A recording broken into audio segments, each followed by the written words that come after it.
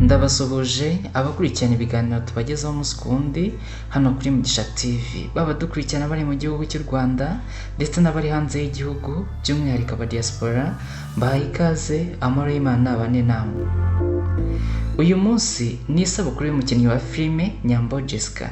Nyambo Jessica kuri iyi tariki mu 1999 yabonye izuba. Abinyujije kuri Instagram account ye yanyujijeho amafoto meza cyane nk'uko muri kuyabona kuri screen yanyu, yambaye ikanzu nziza aho yanditse amagambo ashimira Imana yamugejeje ndetse anashimira mama we wamufashije kugira ngo agere ahageze ubu ngubu. Nyambo Jessica rero ubu akaba yujuje imyaka 27 y'amavuko.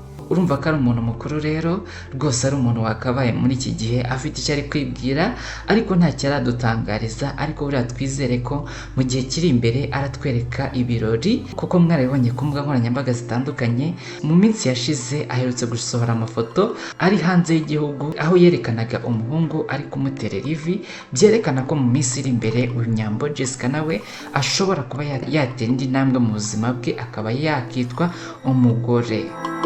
Nyambo Jessica rero ni umwe mu bakinnyi beza dufite hano mu gihugu cy'u Rwanda. Akaba ari umunyarwandakazi ukina muri filime zitandukanye, aho akinana n'abandi bakinnyi batandukanye barimo ba Kiramani, Mama Niyori ndetse n'abandi benshi. Nyambo Jessica rero twamubwira tuti isabukuru nziza, ukomeze gukurira mu buntu bw'Imana, Imana ikomeze kwagurira impano, kandi abanyarwanda turagukunda cyane. Happy birthday to you, happy birthday to you, happy birthday to you Jessica, happy birthday to you. Ugira umunsi mwiza, wibuka itariki wavutseho, ugira umunsi mwiza,